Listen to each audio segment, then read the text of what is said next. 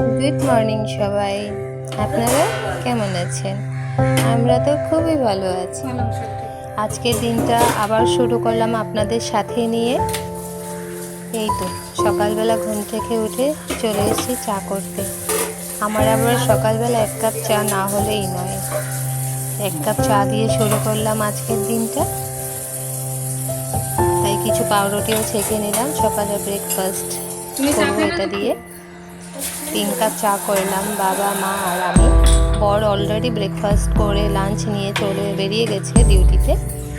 আর ছেলে মেয়েদের তো এখন স্কুল ছুটি, তাই ওরা বাড়িতেই আছে। ছেলে এখন ঘুম থেকে উঠেনি আর মেয়েও ঘুম থেকে উঠেনি, মানে আধশোয়া অবস্থায় আছে। আর পাশের চুলাতে বসিয়ে দিলাম, করবো একটু পালক পনির। তাই পালকটাকে একটু ভাপিয়ে নিচ্ছি। এই তো চা হয়ে গেল, পাউরুটিও ছাকা হয়ে গেল।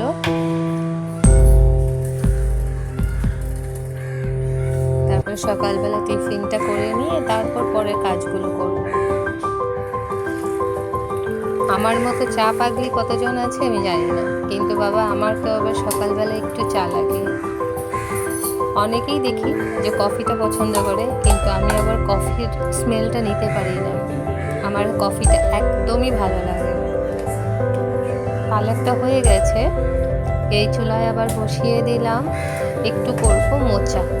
আমরা তো গোয়াতে থাকি, গোয়াতে খুব রেয়ারলি মানে কলার মোচা পাওয়া যায়।